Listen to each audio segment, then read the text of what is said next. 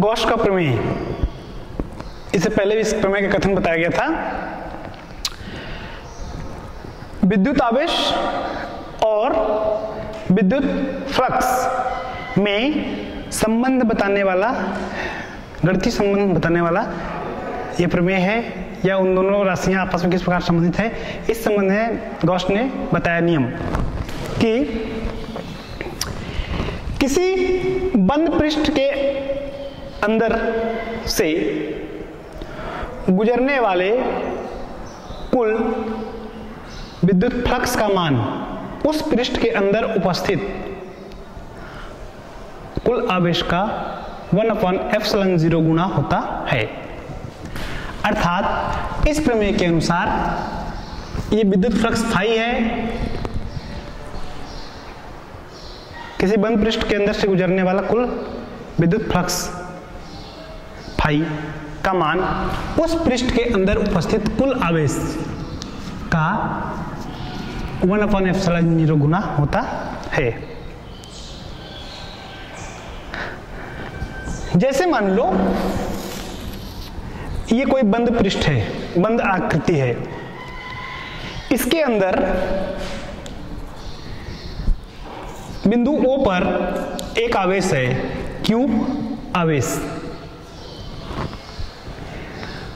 तो इस पृष्ठ से जो फ्लक्स बाहर निकलेगा, विद्युत फ्लक्स, उस फ्लक्स का मान इस आवेश का 1/ε0 गुना होगा। यही है गॉस प्रमेय। इस प्रमेय का अब गणितीय रूप देखते हैं कैसे आएगा यह मान। माना एक पृष्ठ है S, इसके अंदर O बिंदु पर धन आवेश Q रखा हुआ है। इससे R दूरी पर एक बिंदु है P। तब इस Q आवेश के कारण बिंदु P पर जो विद्युत क्षेत्र की तीव्रता है, उस तीव्रता का मान हो जाएगा E बराबर 1/4πε0 Q अपॉन R स्क्वायर, आवेश के कारण तीव्रता का सूत्र। अब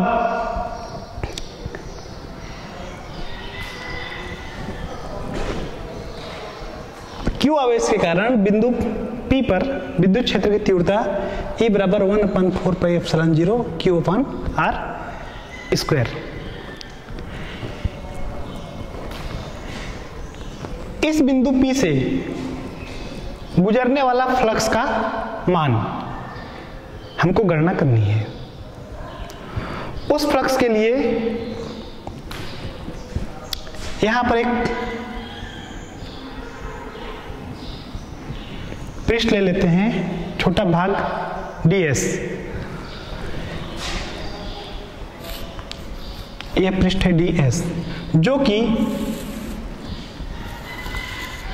इस बिंदु P पर, यहां पर इस पृष्ठ के द्वारा बिंदु O पर घन कोण बनाया गया d ओमेगा। यहां से इस बिंदु P से यह है विद्युत क्षेत्र की तीव्रता की दिशा। ये पृष्ठ का अविलंब भाग जो कि इसके साथ में थीटा कोण पर है। तब इस पृष्ठ से गुजरने वाला फ्लक्स का मान, यहां से गुजरने वाले फ्लक्स का मान, अल्प पृष्ठ है, छोटा भाग, तो यहां से गुजरने वाले फ्लक्स का मान d फाई बराबर विद्युत फ्लक्स का जो सूत्र बताया गया था, सूत्र क्या बताया गया था, फाई बराबर E ds cos थीटा, ऐसा उसी सूत्र से d फाई बराबर E ds cos थीटा, या E डॉट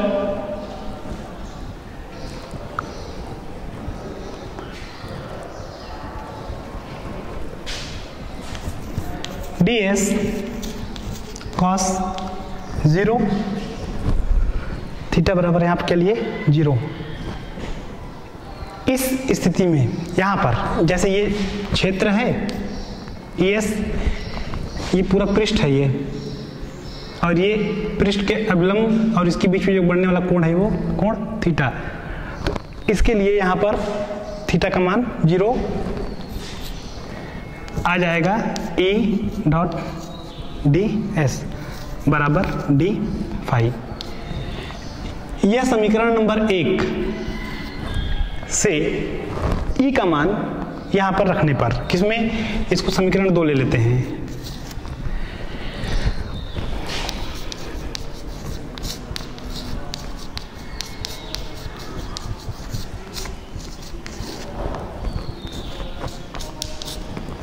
समीकरण 1 से समीकरण 2 में E का मान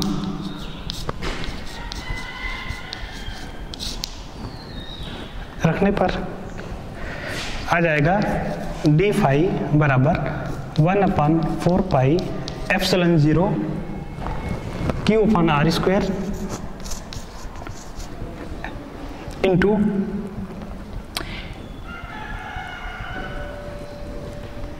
एक चीज यहां पर ध्यान देने वाली बात है, अभी हम इस स्थिति में यहां पर इस थीटा के मान को डायरेक्ट 0 नहीं लेंगे, यहाँ पर अभी हम सीधे थीटा ही लेकर के चलेंगे।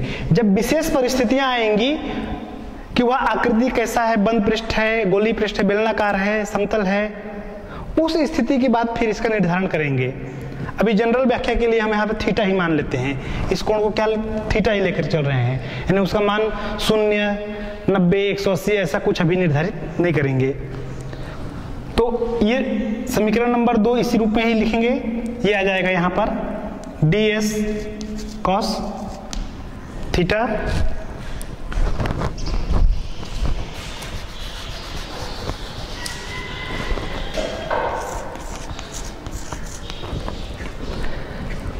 E का मान यहाँ पर रखे 1/4 पाई epsilon 0 q upon r square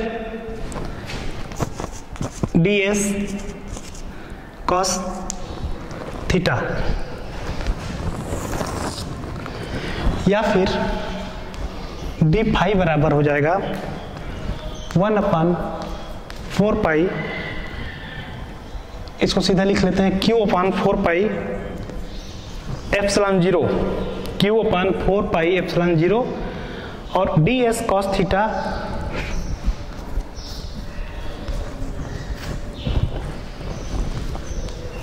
बटे r की घात 2।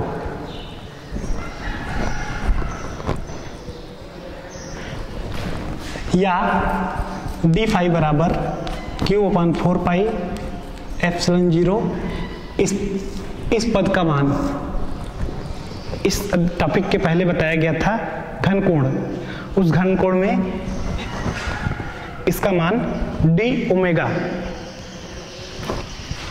आया था, अर्थात ये हो गया d ओमेगा q अपॉन 4 पाई एप्सिलॉन 0 इंटू d ओमेगा।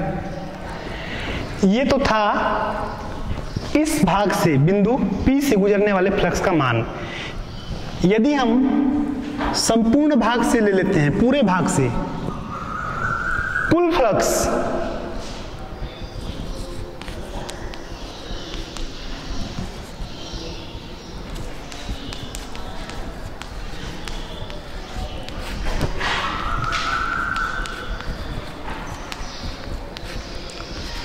कुल फ्लक्स फाई का मान, कुल फ्लक्स फाई बराबर हो जाएगा फिर d फाई, ऐसा, या q अपॉन 4 पाई एप्सिलॉन 0 इंटू d ओमेगा, या q अपॉन 4 पाई epsilon 0 d omega, q upon 4 पाई एप्सिलॉन 0 इंटू डी ओमेगा का कुल मान, किसी पृष्ठ द्वारा बनाया गया आंतरिक घन कोण का कुल मान जो है वो कितना हो जाता है 4 पाई, तो इसका मान हो गया 4 पाई, ये 4 पाई और ये 4 पाई कट जाएगा, तो क्या आ जाएगा Q अपॉन एप्सिलॉन 0। यह क्या है फाई ई का मान। यही है गॉस का प्रमेय कि किसी बिंदु से गुजरने वाले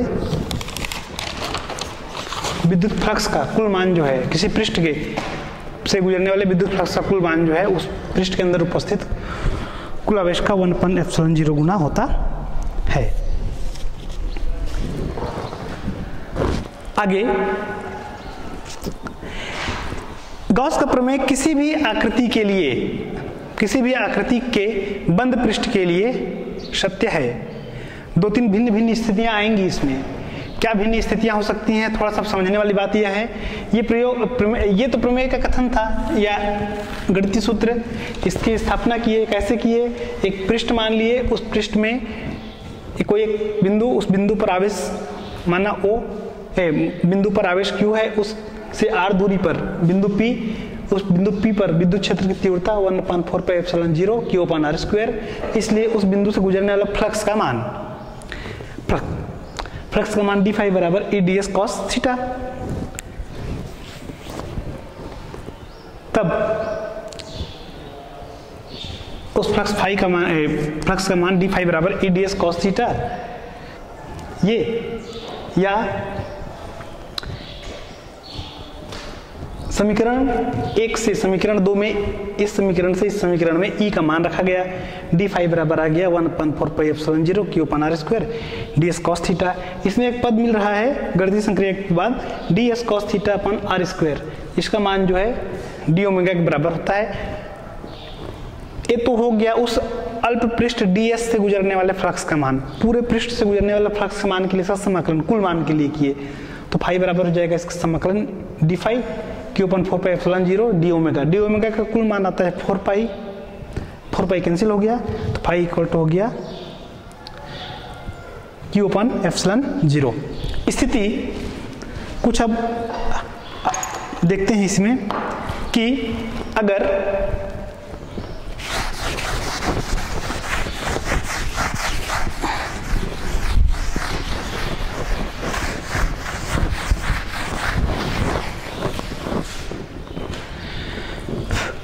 क्या स्थिति, इस पृष्ठ के अंदर Q1, Q2, Q3 इस प्रकार से आवेश हैं। कैसे हैं आवेश? एक से अधिक। तब कुल फ्लक्स का मान क्या हो जाएगा? तब फ्लक्स फाई का मान हो जाएगा फाई इक्वल टू, अब ये तो मूल कथन हो गया, अलग अलग स्थितियां आएंगी फिर। फाई इक्वल टू हो जाएगा 1/ε0 Q1 Q2 इस तरीके से, या ऐसा कहें 1/ε0 सिग्मा Q। एक अन्य स्थिति, जब आवेश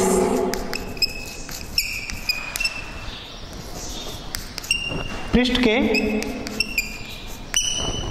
बाहर है वाली स्थिति में क्या हो जाएगा, ये बिंदु O यहां पर है, तब इस स्थान पर Q आवेश है, तो ये आवेश जो है एक पृष्ठ यहां पर बना रहा है और एक पृष्ठ यहां पर, इसको मान लो पृष्ठ DS1, इसको मान लेते हैं पृष्ठ DS2। इन दोनों पृष्ठों के द्वारा यहां पर जो कोण बनेगा वह क्या है, d ओमेगा। इसमें क्या हो रहा है, इस पृष्ठ के अंदर बल रेखाएं पृष्ठ के अंदर प्रवेश कर रही हैं। यहां पर क्या हो रहा है, पृष्ठ से बाहर निकल रही हैं। तब ऐसी स्थिति में पृष्ठ DS1 के अंदर प्रवेश करने वाला फ्लक्स बराबर हो जाएगा -Q/4πε0 d ओमेगा। क्यों? क्योंकि पहले ही बताया गया था फ्लक्स के समय में कि किसी पृष्ठ के अंदर जो प्रवेश करता है तो वह फ्लक्स कैसा होता है? ऋणात्मक। और पृष्ठ से बाहर जब निकलता है तो वह धनात्मक। तो ये अंदर प्रवेश करने वाला हो गया। और बाहर निकलने के लिए क्या हो जाएगा?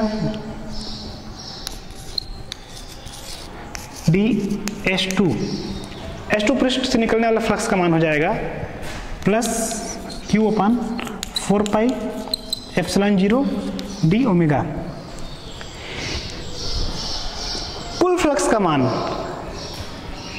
यहां से O से जाकर के S1 dS2 से होते हुए पृष्ठ से बाहर निकलने वाले कुल फ्लक्स फाई का मान हो जाएगा 0।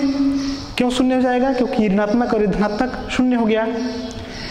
ये तो पृष्ठ के बाहर का एक भाग का हुआ। इसी पृष्ठ को इसी तरीके से कई भागों से मिला हुआ क्या कर सकते हैं? मान सकते हैं।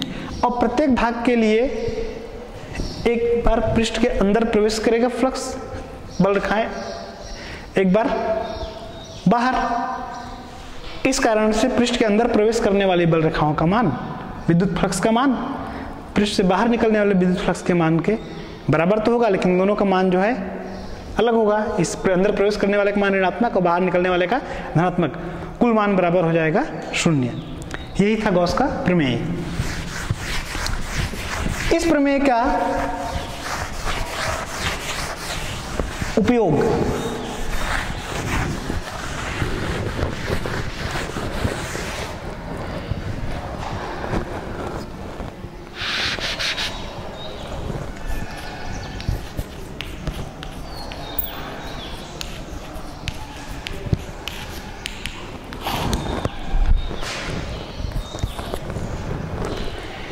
रेखा आवेश के कारण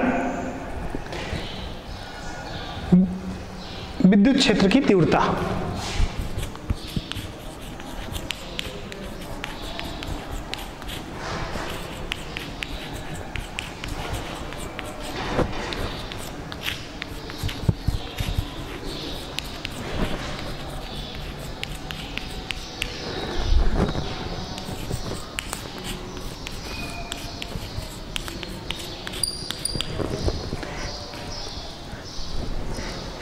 इस टॉपिक के कथन का मतलब समझ लो कि ये रेखा आवेश के कारण तीव्रता शब्द से मतलब क्या है? इसका अर्थ यह है कि आवेश का वितरण किस तरीके से है। हम आवेश के वितरण को रेखीय, पृष्ठीय और आयतन इस रूप में वितरण का अध्ययन करते हैं। अगर आवेश का वितरण किसी भाग में ऐसे है कि वह एक रेखीय रूप में है, एक लंबाई के अनुदिश है, तो उसको हम कहेंगे रेखीय आवेश घनत्व। आवेश घनत्व जो है ये क्या क्या हो जाएगा? रेखीय, पृष्ठीय और आयतन। इसका संकेतन हो जाता है लेम्डा। इसका बराबर प्रति एकांक लंबाई पर आवेश का वितरण। यदि लंबाई L है, आवेश L लंबाई पर कितने आवेश वितरित हैं? Q मात्रा में।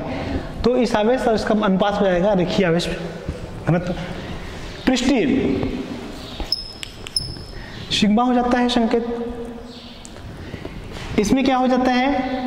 आवेश बसते उस पृष्ठ का पृष्ठीय क्षेत्रफल। आयतन वाले में रो आवेश और आयतन का मान। हम लेते हैं रेखीय वितरण से संबंधित एक टॉपिक और उसके कारण किसी बिंदु पर तीव्रता देखते हैं। आवेश का वितरण इस तरीके से है, ऐसा।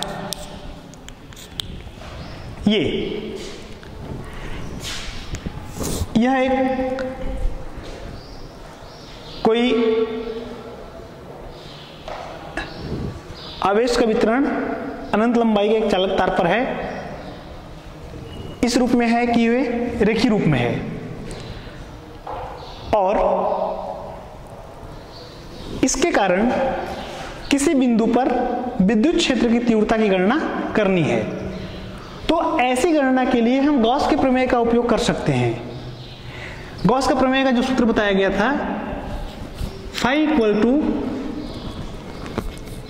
क्यू अपॉन एप्सिलॉन 0, इस सूत्र का उपयोग करके हम तीव्रता की गणना करेंगे। आवेश इस रेखा पर इस प्रकार से वितरित है, रेखीय रूप में है। हमें यदि इससे r दूरी पर किसी बिंदु पर तीव्रता की गणना करनी है, तो माना r दूरी पर एक बिंदु है P, उस बिंदु P पर क्या ज्ञात करेंगे, हमको क्या ज्ञात करना है, विद्युत क्षेत्र की तीव्रता। तो इस r दूरी को, ये जो दूरी है इतनी, इसको त्रिज्या मानते हुए और L को स्मॉल l लंबाई लेकर के इस रेखा L को, ये इसका नाम L, इसको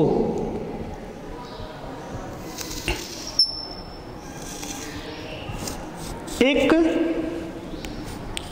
बेलनाकार पृष्ठ देते हैं, ऐसे। ये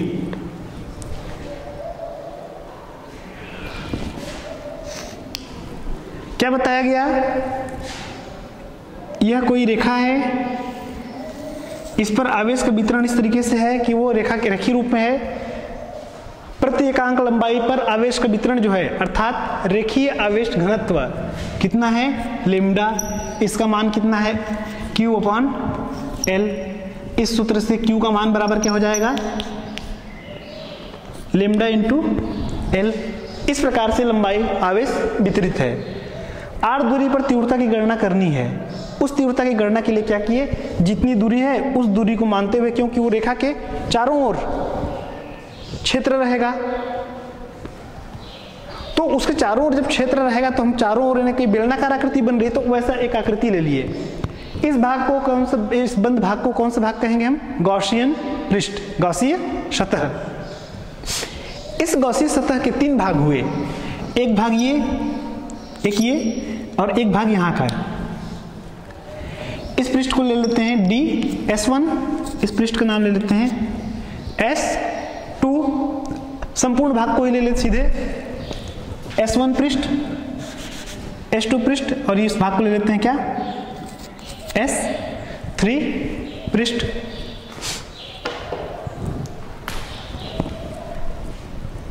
जैसे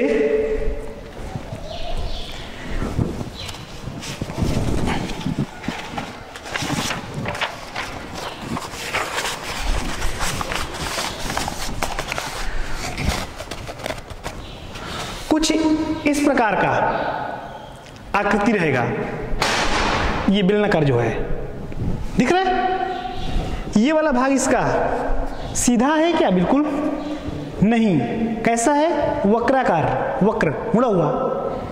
और इस ऊपरी भाग को हम देखते हैं, ये वाला भाग, या इस निचले भाग को देखें, ये कैसा है, कुछ वृत्ताकार। यहाँ का ये वाला भाग पृष्ठ S1, ये पृष्ठ S2। S1 पृष्ठ और S2 पृष्ठ जो है, वह पृष्ठ से गुजरने वाले फ्लक्स का मान 0 होगा। S1 व S2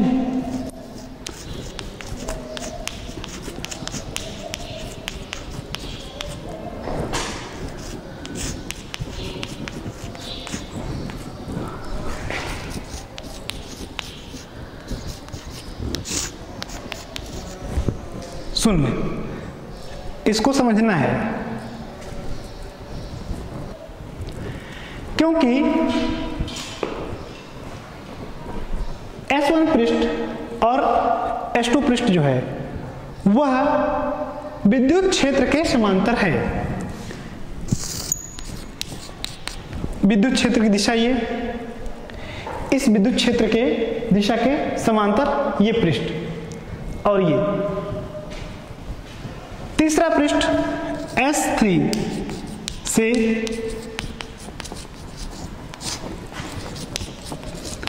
गुजरने वाला फ्लक्स बराबर phi equal to E S3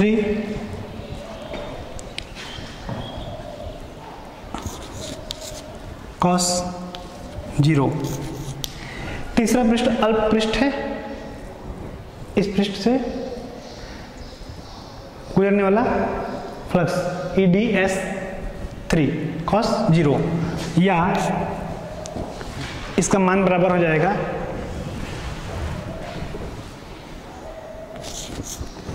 phi बराबर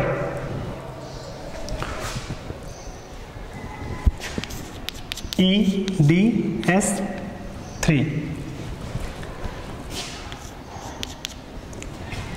अब ध्यान दो, ये तो सिर्फ यहां से गुजरने वाला फ्लक्स हुआ,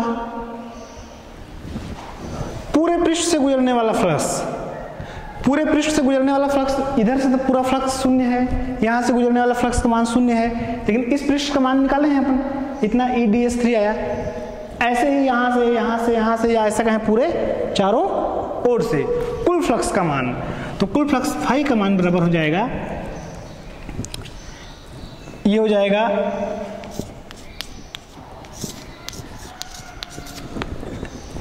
उस पृष्ठ का कुल मान,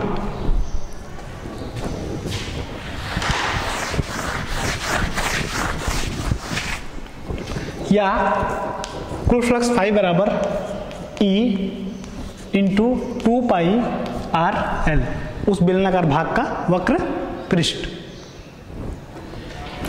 परंतु गॉस के प्रमेय से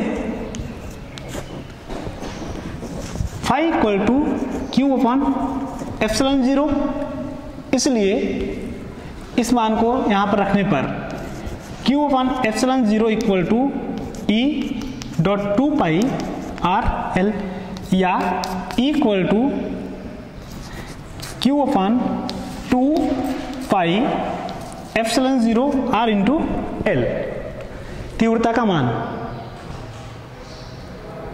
और सरलतम रूप में यदि हमको कोई प्रश्न मिलता है जिसमें आवेश का सीधे सीधे मान दिया हुआ है, तब तो इस सूत्र का प्रयोग कर लेंगे।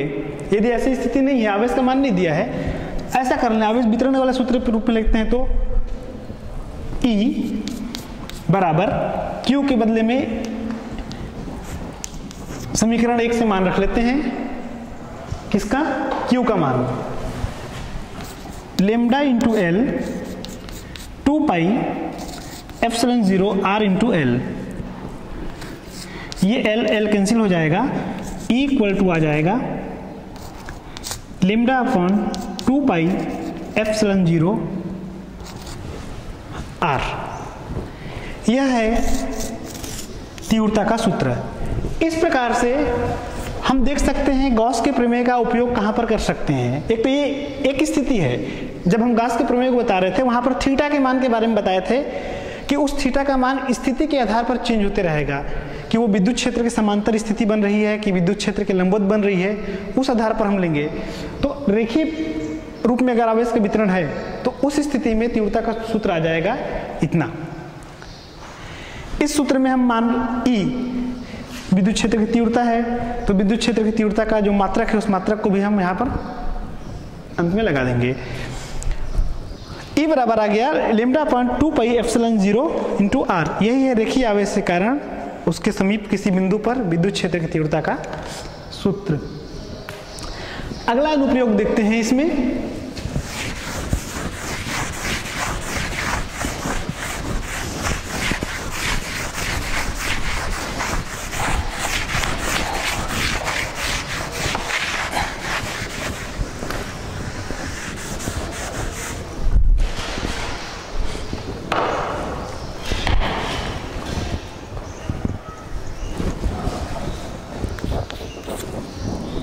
ऐसी स्थिति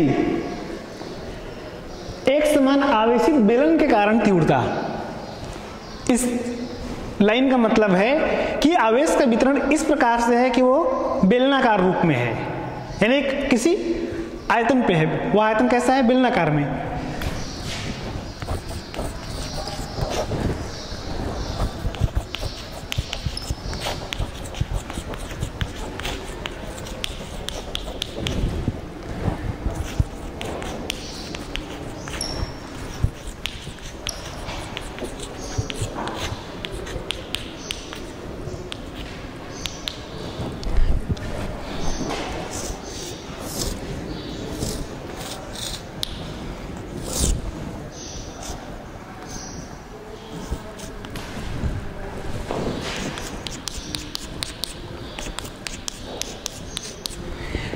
यह एक बेलनाकार भाग है जिसकी त्रिज्या है R, कैपिटल R। इसके अक्ष से स्मॉल r दूरी पर स्थित किसी बिंदु पर हमको विद्युत क्षेत्र की तीव्रता की गणना करनी है। इसमें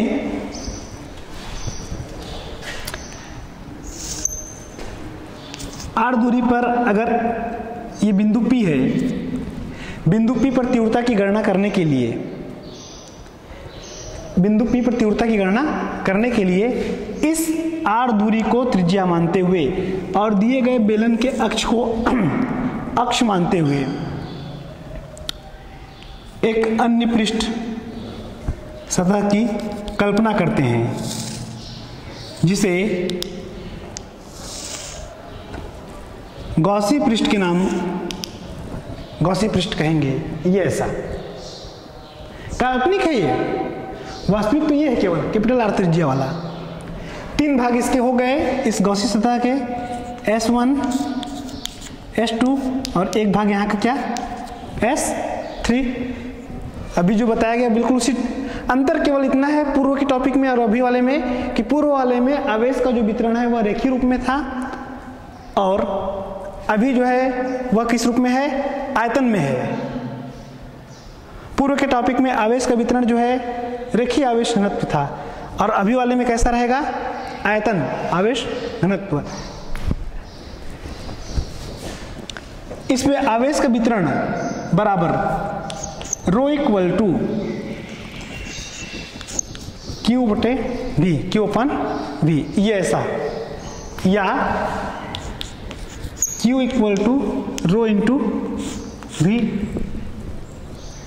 आवेश बराबर आवेश घनत्व गुना आयतन। अब वह आयतन कौन सा आयतन रहेगा, जिस आयतन की हम गणना करेंगे। 3 स्थितियां आ रही हैं इसमें।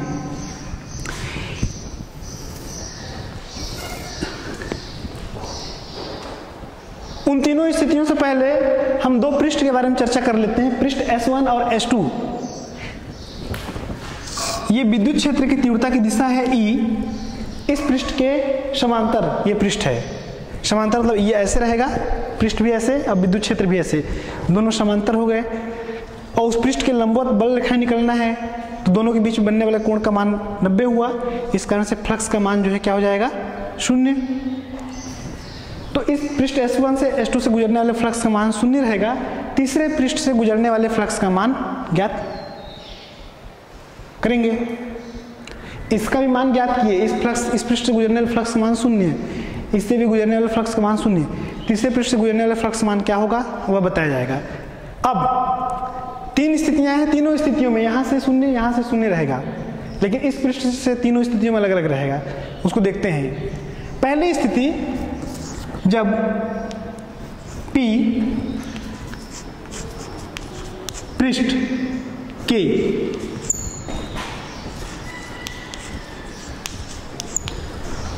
बाहर है, पृष्ठ के बाहर है शब्द से तात्पर्य क्या है, ये पृष्ठ जो है ये इससे बाहर है, गॉसी पृष्ठ से बाहर, तब उस स्थिति में फ्लक्स ज्ञात करेंगे।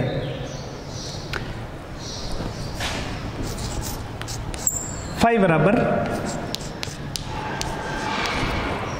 ई डॉट डी एस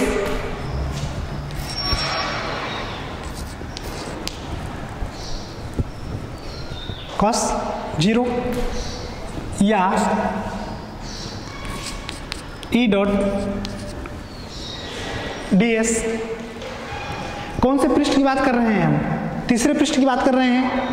तीसरे पृष्ठ से गुजरने वाले कुल फ्लक्स की जब चर्चा करनी है तब क्या हो जाएगा? Phi E S 3। अभी ये तो सामान्य, ये जो है सामान्य सूत्र हो गया फ्लक्स का। तीव्रता उस पृष्ठ का क्षेत्रफल। अब कौन सा पृष्ठ लिए हैं हम? तीसरा पृष्ठ, तो उसको स्पष्ट कर दिए, यहां पर तीसरा पृष्ठ है। अब इस पृष्ठ से गुजरने वाले फ्लक्स का मान, उस पृष्ठ से गुजरने वाले फ्लक्स का मान जो है कितना आ जाएगा? कुल मान बराबर हो जाएगा कि बेलनाकार भाग है तो उस बेलनाकार भाग के चारों ओर का वक्र पृष्ठ, अर्थात E इंटू 2 पाई RL बराबर क्या हो गया है? Phi equal to E dot 2 pi RL। परंतु गॉस के प्रमेय से मान रखने पर phi equal to Q upon epsilon 0 यहाँ पे मान रख लें तो Q upon epsilon 0 equal to आ जाएगा E इंटू 2 पाई RL, या E इक्वल टू हो जाएगा Q upon 2 pi epsilon 0 into RL। यहाँ ध्यान दो, यह जो समीकरण है, यह समीकरण Q का मान जो आया है, पहला समीकरण जो बोलेंगे हम, इस समीकरण से हम लेते हैं तो क्या आ जाता है? Rho equal to Q upon V से Q अपॉन आयतन, किसका आयतन आ जाएगा? जितने भाग को हम ले रहे हैं, ये पूरा बेलनाकार भाग, ये पूरा यानी स्मॉल r त्रिज्या वाला भाग, तब क्या हो जाएगा? पाई R स्क्वायर L, उसका आयतन आया, किसका? बेलन का। अर्थात Q बराबर प्राप्त होगा हमको पाई R square L into rho. इसको लेते हैं समीकरण नंबर 2, ये आ गया समीकरण नंबर 3।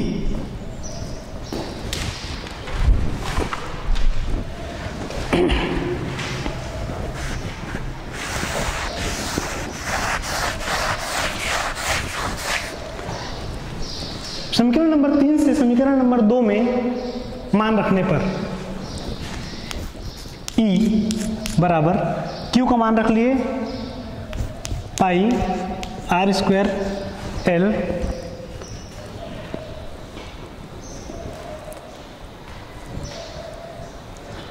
पाई R square L into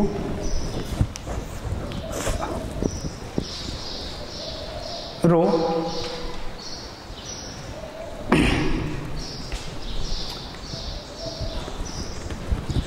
upon 2 pi epsilon 0 RL।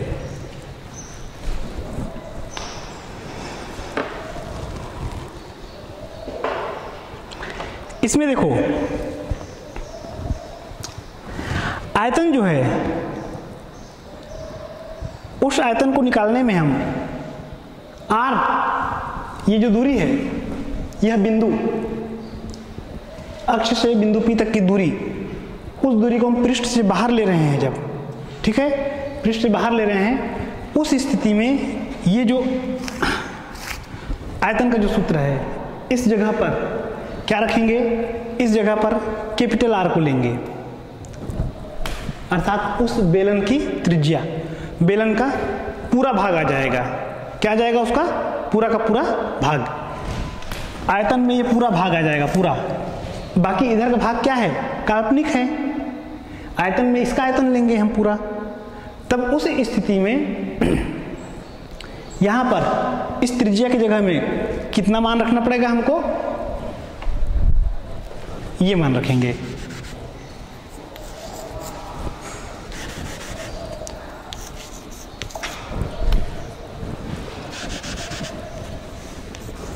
ऐसे पाई से पाई कट जाएगा, एल से एल कट जाएगा, क्या बचेगा, R square rho upon 2 epsilon 0 R. दूसरी स्थिति,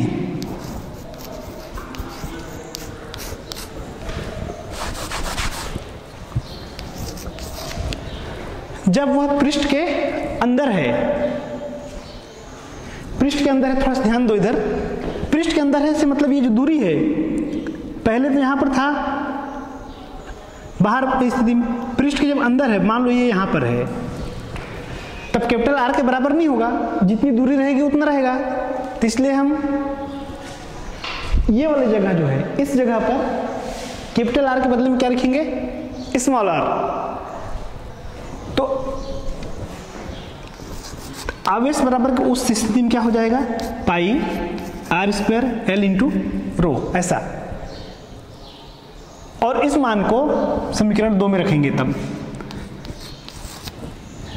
समीकरण 4 से मान समीकरण 2 में रखेंगे तो E बराबर आ जाएगा pi R square L into rho 2 pi epsilon 0 R L. ये एल इस एल से कट जाएगा, ये रो है, पाई से पाई कट गया, इस स्मॉल आर से ये घात कट गया, कैंसिल हो गया, तो क्या बचेगा, small R into rho upon 2 epsilon 0। एक स्थिति, दूसरी स्थिति। तीसरी स्थिति,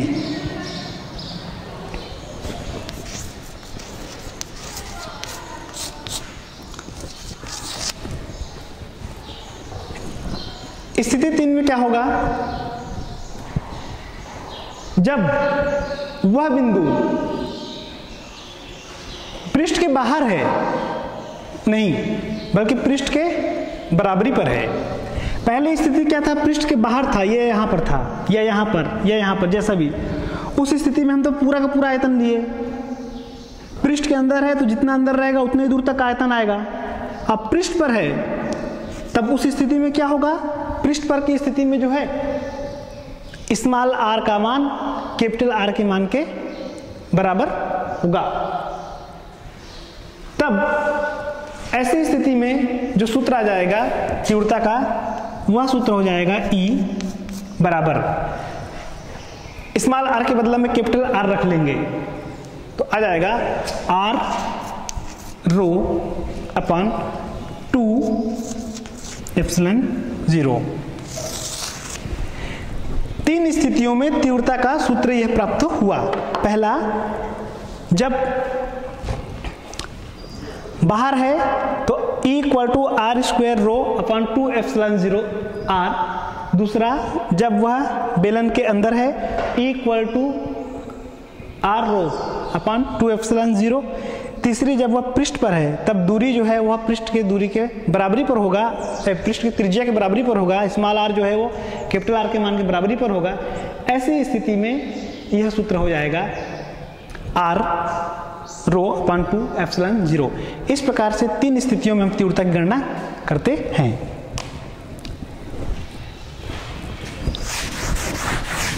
अब ये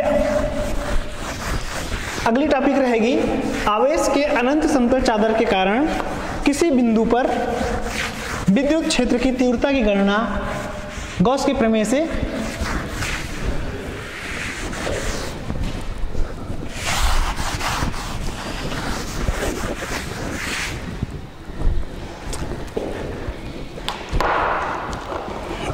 गॉस के प्रमेय से इस स्थिति में करना है हमको, आवेश के अनंत समतल चादर के कारण।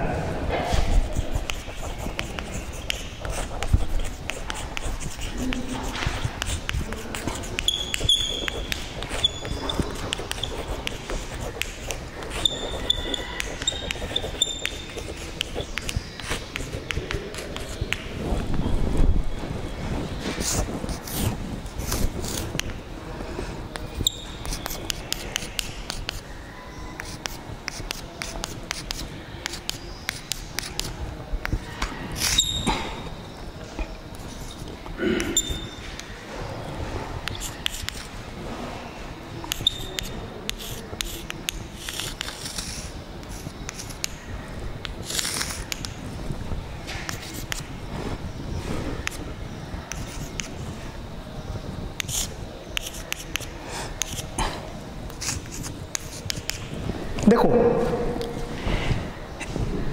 एक पृष्ठीय भाग है ए बी सी डी।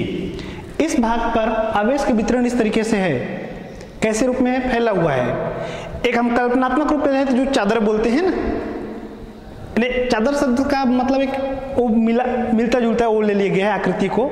आवेश का वितरण इस क्षेत्र में है, तब इससे किसी बिंदु पर तीव्रता की तुलना करनी है हमको। जैसे ये पृष्ठ है, इस पर पूरा आवेश का वितरण है, तो इसका क्षेत्र किधर रहेगा, इधर। ऐसे है तो इस तरफ, और जितना इधर रहेगा उतना ही इधर भी रहेगा उसकी तीव्रता। तो दोनों तरफ जो तीव्रताएं हैं वह तीव्रता ये हो गया। आवेश वितरण सिग्मा इक्वल टू क्या हो जाएगा, Q अपॉन A, या Q equal to sigma into A। इसलिए बिंदु P से गुजरने वाला फ्लक्स का मान, यहां से गुजरने वाले फ्लक्स का मान जो है बराबर हो जाएगा फाई बराबर E इंटू A। यहाँ पर A क्या है, इस गॉसी पृष्ठ की क्षेत्रफल, यहाँ भी A जो है गॉसी पृष्ठ का क्षेत्रफल। इस गणना करने के लिए हम बिंदु P से जो दूरी है उस दूरी पर एक क्षेत्र ले लेते हैं और उसी क्षेत्र का बेलनाकार आकृति ले लेते हैं, जिससे इस पृष्ठ के दोनों ओर जो है तीव्रता आती है और फ्लक्स देखते हैं। तो इस पृष्ठ से निकलने वाला फ्लक्स, इधर से निकलने वाला फ्लक्स, दोनों पृष्ठों का फ्लक्स, या फाई बराबर 2E आ जाएगा, या फिर E बराबर, यहाँ पर गॉस का प्रमेय रखेंगे तो Q upon epsilon 0 equal to 2EA, या E इक्वल टू, यहाँ से E का मान निकालें तो Q अपॉन 2 एप्सिलॉन 0। यही है तीव्रता का सूत्र। इसमें Q का मान यदि इसको रख लें, E equal to 2 epsilon 0 into A। यह है आवेश के अनंत समतल चादर के कारण किसी बिंदु पर विद्युत क्षेत्र की तीव्रता का व्यंजक।